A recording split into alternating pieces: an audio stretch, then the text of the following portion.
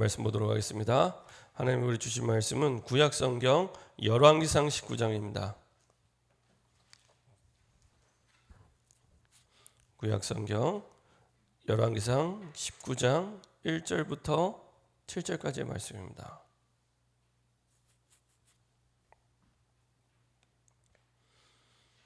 구약성경 열왕기상 19장 1절부터 7절까지의 말씀입니다.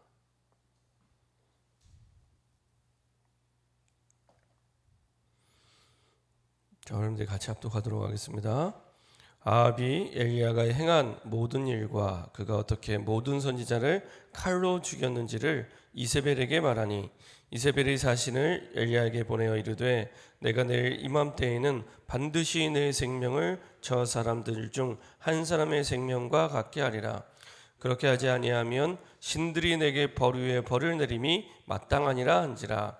그가 이 형편을 보고 일어나 자기의 생명을 위해 도망하여 유다에 속한 브엘세바에 이르러 자기의 사환을 그곳에 머물게 하고 자기 자신은 광야로 들어가 하룻길쯤 가서 한 로뎀나무 아래에 앉아서 자기가 죽기를 원하여 이르되 여호와여 넉넉하오니 지금 내 생명을 거두시옵소서. 나는 내 조상들보다 낫지 못하니이다 하고 로뎀나무 아래에 누워 자더니 천사가 그를 어루만지며 그에게 이르되 일어나서 먹으라 하는지라. 본즉 머리맡에 숯불에 구운 떡과 한 병 물이 있더라.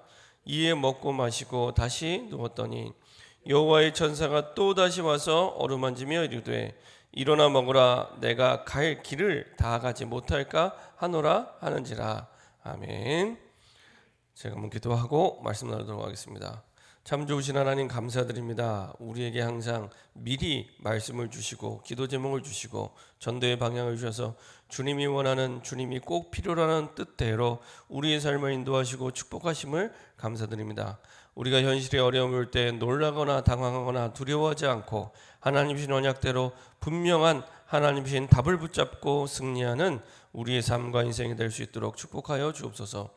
우리에게 주어진 형편을 보고 두려워하거나 놀라지 않게 하시고 하나님이신 언약을 붙잡고 기도의 힘을 가지고 영적 싸움부터 싸우는 중요한 하나님이 주신 응답이 시작될 수 있도록 인도하여 주옵소서.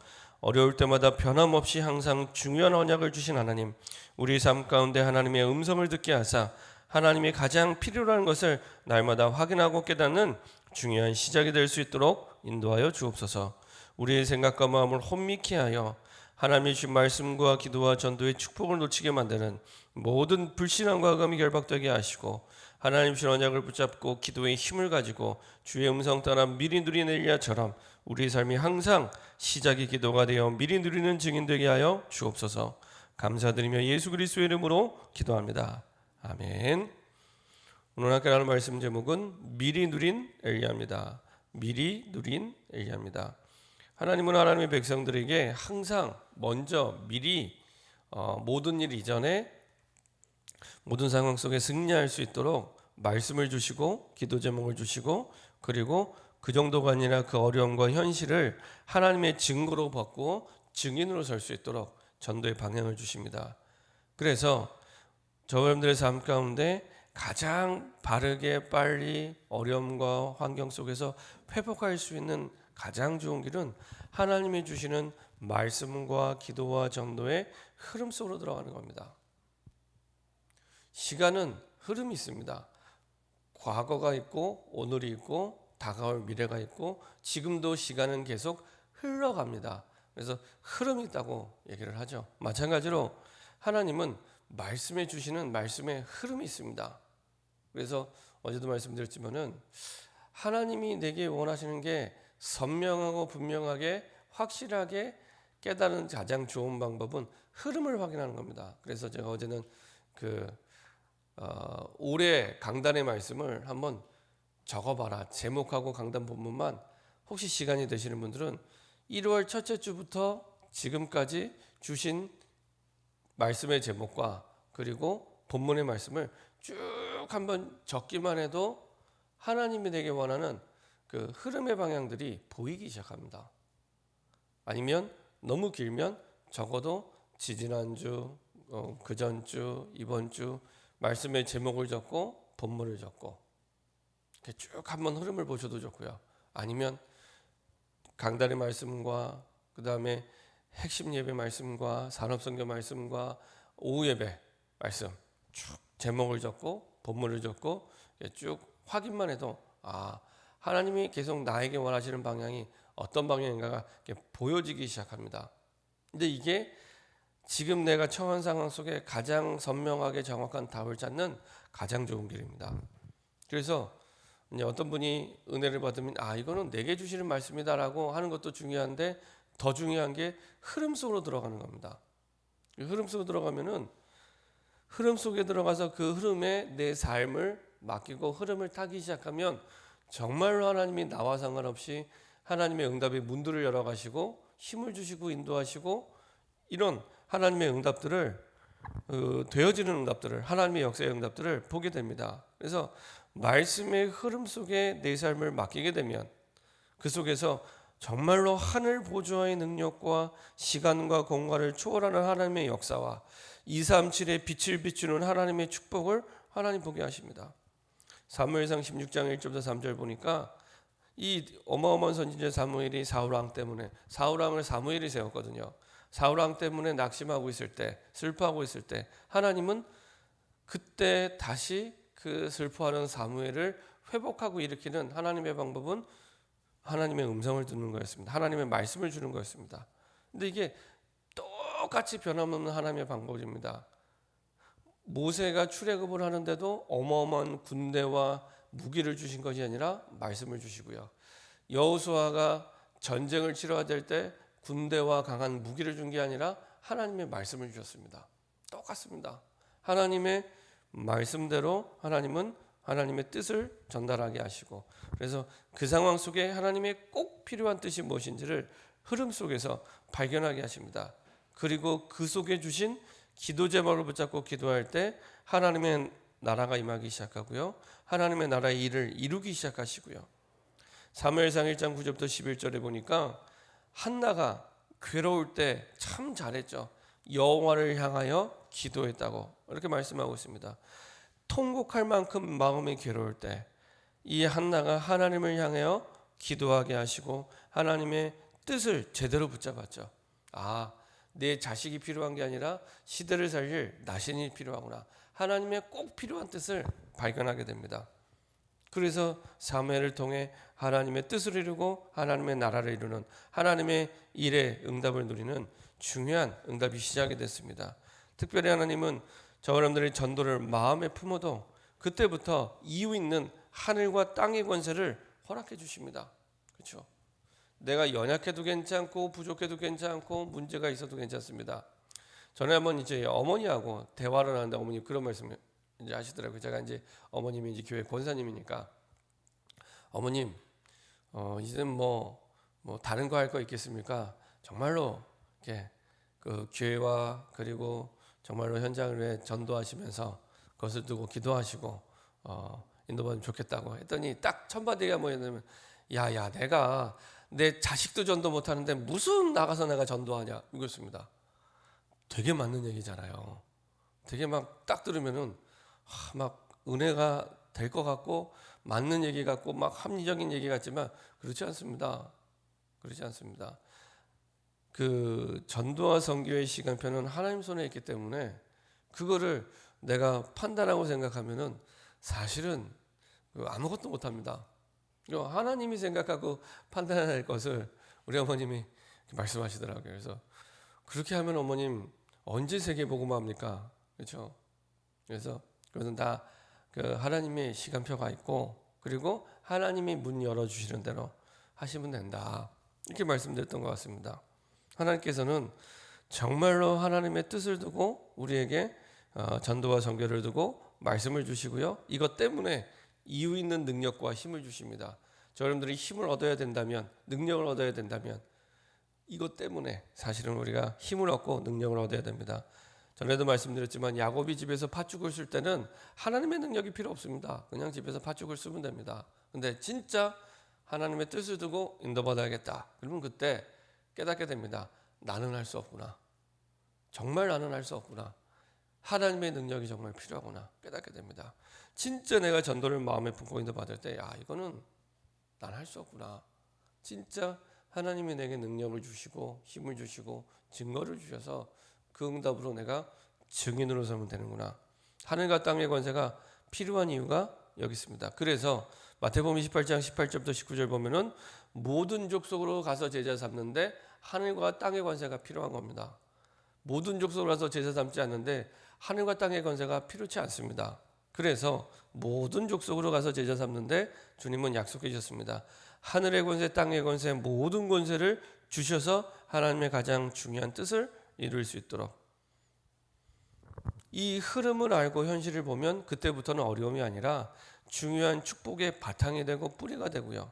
그리고 결국에는 그 속에서 문제인 줄 알았는데 내 인생의 가장 중요한 답으로 보여지기 시작합니다. 이게 문제인 줄 알았는데 그리스도 안에서 하나님이 나에게 중요한 답을 주시려고 인도하는 과정이었구나. 이렇게 똑같은 상황과 문제를 두고 완전히 바뀝니다. 그렇죠?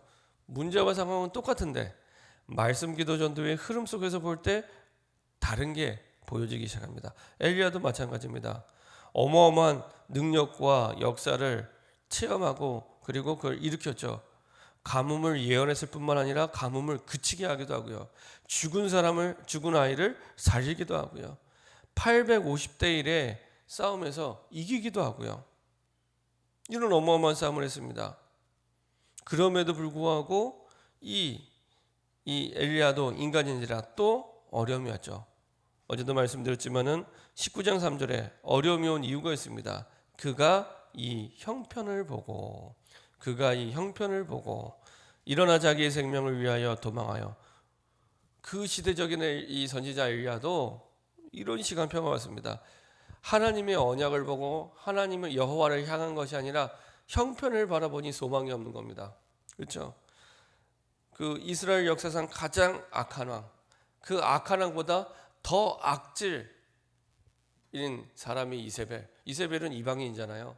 이세벨로 말미암아 온 나라의 우상 숭배가 만연할 수밖에 없는 그런 상황이 되는데 이 850대 1로 이른 이 영적 싸움에서 승리했다는 그 소문을 들었으면 회개하고 돌아와야 되는데 이제 아랑곳하지 않고 아예 엘리야의 목숨을 빼앗겠다고 이렇게 말하는 그 형편과 사정을 보고 완전히 낙심하게 되죠. 우리도 마찬가지입니다. 어떻게든지 하나님을 향하지 않고 형편과 사정을 보면 믿음이 있다가도 그 보는 그것 때문에 또 영향을 받게 됩니다. 옛날에 오래된 각인 뿌리 체질이 생각나면서 불신자는 아닌데 불신자 상태처럼 우리의 생각과 마음이 흔들리기 시작합니다. 그때 하나님은 이 엘리야를 바꾸는 방법, 사실은 엘리야가 뭘 한 게 없습니다. 그냥 하나님께 죽여달라고 하고 쓰러져 잔 것밖에 없어요. 그럼에도 불구하고 하나님이 엘리야를 향한 뜻과 사명이 있기 때문에 천사를 보내서 힘을 주시죠. 그래서 7절에 보면은 여호와의 천사가 또다시 와서 어루만지며 이르되 일어나 먹으라, 내가 갈 길을 다 가지 못할까 하노라 하느니라. 이 엘리야에게는 아직 가야 될 길이 있습니다. 지금 죽으면 안 돼요. 죽는 시간표가 아닙니다. 다시 가야 될 분명한 길이 있기 때문에 그것을 두고 이렇게 세우죠. 저 사람들이 말씀, 기도, 전도의 흐름 속에 가장 중요하게 붙잡아야 될 것은 저 사람들의 인생에 하나님이 가장 원하시는 인생의 절대 목표입니다. 그 목표를 붙잡게 되면 와 있는 상황, 형편을 뛰어넘는 그 너머의 것을 보고 쉽게 사실은 갈 수 있는 중요한 시작이 됩니다. 저도요, 제 개인적으로 쭉 복음운동 속에 인도받으면서 여러 가지 환경, 상황, 시험을 뛰어넘을 때 사실은 이것을 다른 때보다 가장 쉽게 뛰어넘었을 때가 그런 때였던 것 같습니다.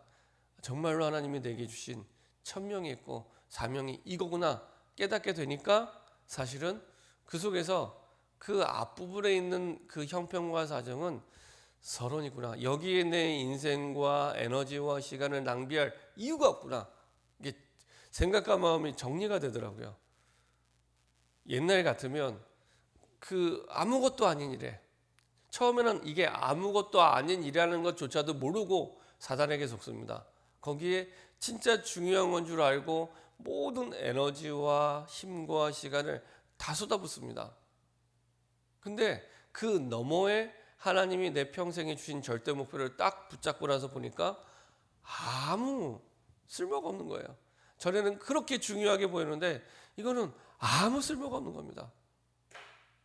그래서 서론에 걸리지 않고 진짜 하나님이 내게 주신 본론의 인생 속으로 하나님이 들어가게 하시고, 그리고 하나님의 결론을 향해서 가게 하십니다. 그래서 말씀, 기도, 전도의 흐름 속에 하나님이 원하시는 내 인생의 결론은 세계복음화구나. 이전에 알던 세계복음화 아니라 진짜 세계복음화. 언약에 근거한 세계복음화. 마태복음 24장 14절. 어제도 캠프 때 그 본문 말씀을 가지고 강사 목사님이 말씀을 주셨는데, 모든 민족에게 이 복음이 증거된 이후에야 끝이 오리라. 그래, 끝은 이거였구나. 그 앞부분에 보면요, 그 원래 마태복음 24장 25장은 그 마태복음의 복음서의 계시록이라고 얘기합니다. 그래서 계시록처럼 미래에 일어날 일에 대해서 쭉 서술이 되어 있습니다. 근데 그 앞부분에 뭐 처처에 기근이 일어나고 환란이 일어나고 뭐 전쟁이 일어나고 쭉 말씀하시면서 이게 세상의 끝이 아니니라 하시면서 14절에 말씀을 하신 겁니다. 모든 민족에게 복음이 증거된 이후에야 끝이 오리라. 야, 진짜 하나님의 결론이 세계복음화 맞구나. 말씀으로 확인하고 나니까 확신이 오더라고요. 그리고 이것을 두고 하나님이 내게 원하시는 내 인생의 본론은 전도제자의 응답을 받는 거구나. 마태복음 28장 16절부터 20절. 나는 부족해서 안 되는 줄 알았는데 의심하는 제자들 보고도 의심을 버리고 와서 모든 족속 가서 제자 삼으라, 이렇게 말씀 안 하시고 의심하는 제자를 보고도 모든 족속으로 가서 제자 삼으라고 말씀하실 만큼 우리가 가진 복음은 그 의심과 비교할 수 없을 정도로 어마어마하기 때문에 충분히 승리할 수 있는 능력이 되는구나. 그래서 가서 복음 전하라고, 내가 하늘과 땅의 권세를 내게 주겠다고 말씀하시면서 보내신 거거든요. 전도제자가 맞구나. 저도 그래서 우리 교회에 처음 교회가 설립이 될 때 세계복음화 예수제자의 말씀을 주시고 방향을 주셨다는 건 참 이거는 어마어마한 축복과 응답을 말씀으로 우리에게 약속해 주셨구나. 우리의 정체성은 어제도 계속 이렇게 나는 선교사입니다 고백을 했지만 세계복음화 예수제자, 그게 어제도 캠프 때 그 목사님 메시지 줬지만 내가 뭘 한다고 해서 전도제자가 아니라 존재 자체가 하나님이 그렇게 나를 불러주신 거구나. 남자가 남자의 행동을 해서 남자가 아니라 원래 존재 자체가 남자인 것처럼, 여자가 여자의 행동을 해서 여자가 아니라 원래 존재 자체가 여자인 것처럼, 내가 뭘 했다고 해서 전도자고 안 했다고 해서 전도자 아닌, 이게 아니라 부르심 자체가, 내게 언약으로 부르신 그 부르심 자체가, 존재 자체가 전도자예요. 선교사예요. 세계복음화 예수 제자예요. 이게 저 사람들의 본론이기 때문에 그거대로 하나님이 흐름 속에 응답을 주시고 인도하시구나. 그러고 나서 보니까요, 세계복음화의 결론과도 상관이 없고 세계복음화의 본론인 전도제자도 상관없는 일에 내 에너지와 시간을 너무 많이 낭비해 온 거예요. 그제서야 이게 아무것도 아닌 일에 사실은 서론에 매여서 진짜 중요한 일을 못 해왔구나. 나중에 깨닫게 되더라고요. 근데 그렇게 아무것도 아닌 일에, 전도제자의 응답을 받는 일도 아니고 세계복음화를 위한 결론도 아닌 일에 에너지와 시간을 다 낭비합니다. 그래서 어려운 거예요. 그래서 힘든 겁니다. 그래서 그렇구나. 근데 그 너머에 하나님의 절대 목표, 내가 갈 길, 이게 분명해지니까 그 다음부터는 길이 분명하니까요, 이게 좌로나 우로나 치우치지 않고 갈 수 있는 응답과 힘이 생깁니다. 바울이 고백했던 것처럼 사도행전 20장 24절에 나의 달려갈 길과 주 예수께 받은 사명. 바울은 이렇게 복음 받고 나서 쭉 말씀을 보면 거의 흔들림 없이 가게 됩니다. 그 이유는 달려갈 길이 분명했기 때문에 선명합니다. 로마서 15장에 보면은 바울이 로마에 간 이유도 로마 때문이 아닙니다. 그 로마 너머의 스페인에 가기 위해서. 왜 스페인에 가야 되냐? 바울에게 주신 인생의 결론과 본론은 세계복음화 땅끝입니다. 근데 그 당시 땅끝은 스페인이거든요. 그때 당시엔 지구가 네모나다고 생각할 시대였습니다. 그 네모난 지구의 가장 끝 모서리가 스페인이었습니다. 성경에는 서바나로 표현되어 있는데요. 거기에 하나님이 내게 주신 이방인 복음화의 그 분명한 절대 목표가 있었기 때문에 여기에 가기 위해서는 반드시 그 시대 가장 강국이었던 로마를 거쳐갈 수밖에 없습니다. 지도를 보면, 유럽 지도를 보면 이탈리아 지나서 스페인이 있거든요. 그러니까 이탈리아를 지나갈 수밖에 없는 겁니다. 로마를 지나갈 수밖에 없는. 그래서 로마를 가고 로마를 넘어서서 서바나를 가야 된다고, 자기 인생의 분명한 가야 될 길에 대해서 정확하게 말씀하고 있습니다. 이게 분명하니까 분명히 환란을 당할 줄 알면서도 예루살렘에 들렸다가 로마로 가게 됩니다. 결론입니다. 하나님은 우리에게 원하시는, 꼭 필요로 하는 절대 목표를 다 준비해 놓고 우리를 부르셨습니다. 그럼 저 여러분들은 한 가지만 하시면 됩니다. 항상 시작이, 마지막이 아니라 시작이 기도로 시작하시면 됩니다. 기도로. 그러면 그 속에서 하나님의 음성을 듣고 하나님의 계획을 깨닫고 하나님 내게 주신 방향을 붙잡고 인도받게 됩니다. 대부분은 문제가 오면 기도하고 어려우면 기도하고 힘들면 기도합니다. 그 말은 나중에 기도해요. 다 문제 겪고 나서, 힘들고 나서 나중에 기도합니다. 근데 성경 속의 인물들을, 응답받은 인물들을 보면 항상 미리 시작을 기도로, 시작을 하나님의 음성을 듣고 시작합니다. 이렇게 엘리야도 미리 누리는 사람이었습니다. 그래서 시작할 때 사실은 인생의 주인 되신 하나님께 질문하고 답을 얻고 인도받고 미리 이렇게 인도받게 됩니다. 그래서 조금만 시간을 정해놓고 강단의 말씀을 붙잡고 진짜 기도를 시작하시면 됩니다. 시간을 정할 때, 이때부터, 어제도 오후 캠프 때 디데이 데이에서 얘기했지만 딱 날을 정하고 시간을 정하게 되면 그때부터 내가 정하는 것처럼 보이지만 하나님이 정하게 하신 거기 때문에 그때부터 흑암이 무너지기 시작합니다. 그리고 그날에, 그 시간에 하나님은 정말로 중요한 응답을 그때부터 시작하십니다. 근데 진짜 그래요.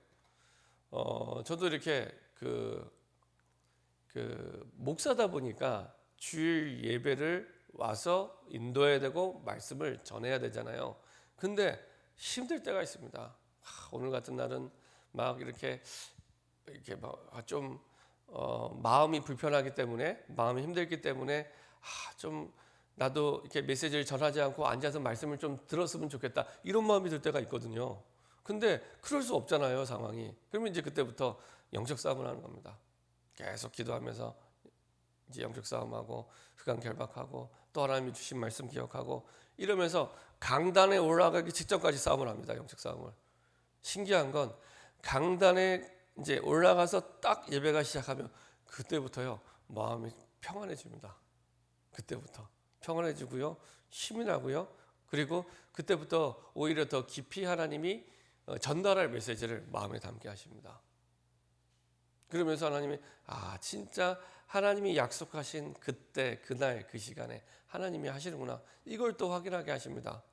그래서 저 여러분들이 분명하게 시간을 정하고 내가 하루에 가장 편하게 내가 진심으로 하나님을 만나야겠다, 이런 시간을 조금만 정하셔도 됩니다. 그리고 그때 하나님이 내게 주신 강단 말씀을 붙잡고 기도할 때, 그때부터 하나님은 이 미리 누린 엘리야처럼 그 응답을 그 환경 속에 시작하게 하실 줄 믿습니다. 이렇게 응답받는 저와 여러분 되기를 소원합니다. 합심해서 한번 기도하겠습니다. 하나님, 정말로 나중에 누린 엘리야가 아니라 항상 미리 누린 그 엘리야의 축복 속에 말씀과 기도와 전도의 흐름을 알고 그 속에 우리에게 주신 절대 목표를 붙잡고 인도받는 중요한 시작이 되게 허락하여 주옵소서. 우리가 혹여나 형편을 보고 낙심할 수도 있지만 그럼에도 불구하고 우리가 가야 될 길이 있기 때문에 하나님께서는 또 우리에게 힘을 주시고 인도하실 줄 믿습니다. 그래서 우리에게 주신 분명한 가야 될 길을 두고 절대 목표를 두고 새로운 시작이 될 수 있도록 인도해 주옵소서. 합심해서 한번 기도하도록 하겠습니다. 전능하신 하나님 감사드립니다.